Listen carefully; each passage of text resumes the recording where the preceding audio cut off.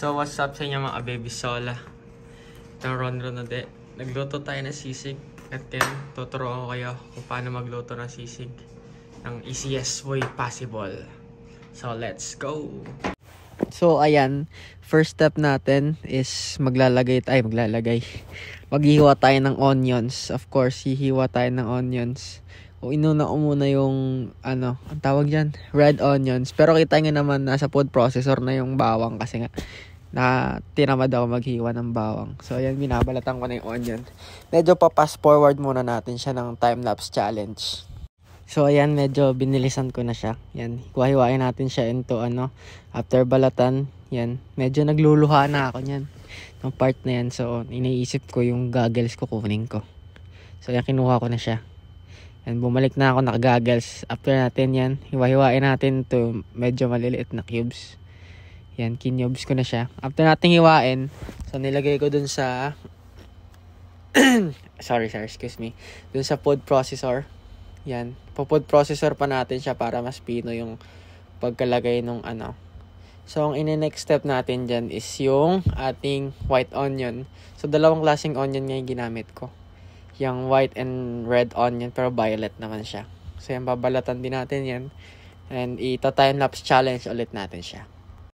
So, ayan, naka-time-lapse challenge siya. Medyo mas mabilis this time.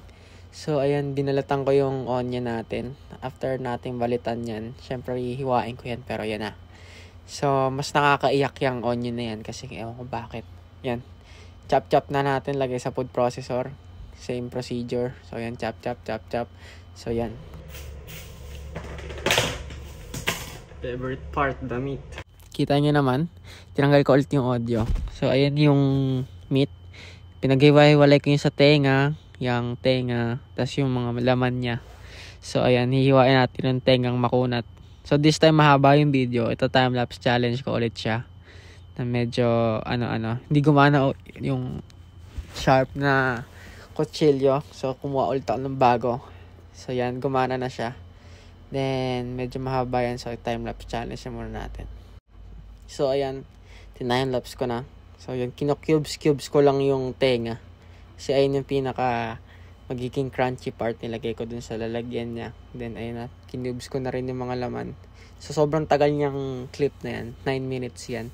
So, binilisan ko na lang. So, ayan. Kinubes ko. Yan. Chinap-chop ko na parang cubes. Then, yan yung isa pang mga matatabang part. Yan, cubes nilagay ko sa lalagyan. Tinimplahan ko yan after ko yun ng kalamansi. Tapos, ayan. Lutong part na tayo, guys. So, cooking time. So, time-lapse ko na siya. Ang una niyan, binuksan ko yung pan. Siyempre, pinainit natin. So, ayan. Lalagyan ko na siya ng mantika kasi mainit na siya. Nilalagyan ko rin siya ng butter. Konting mantika lang kasi may butter siya.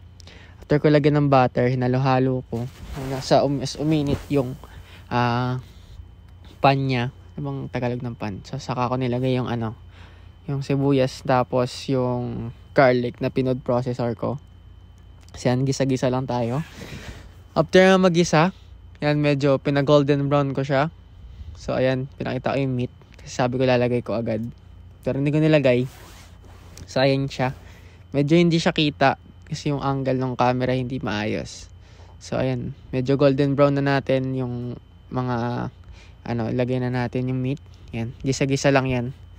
So, pagtas gisa-gisa, lalagay mo na yung, natirang sibuyas at bawang. So, gisa-gisa ulit.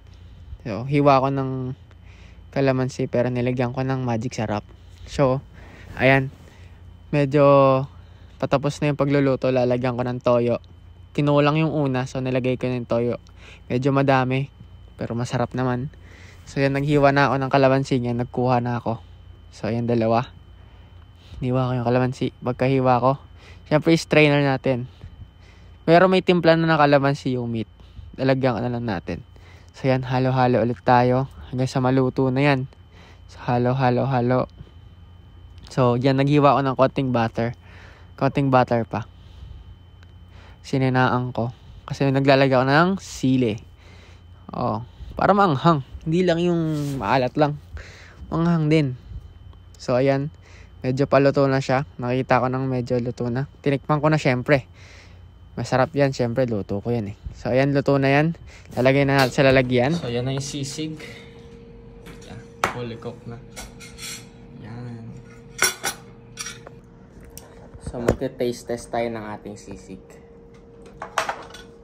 Yan. Itong bagong gising. Yan. So, tayong sisig.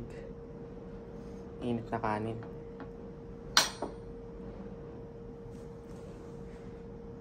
First bite.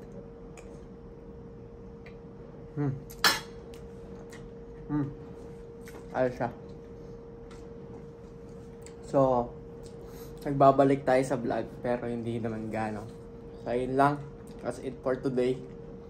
If you want more vlog, kahit di ka na mag-subscribe, kasi hindi naman ako nag-upload.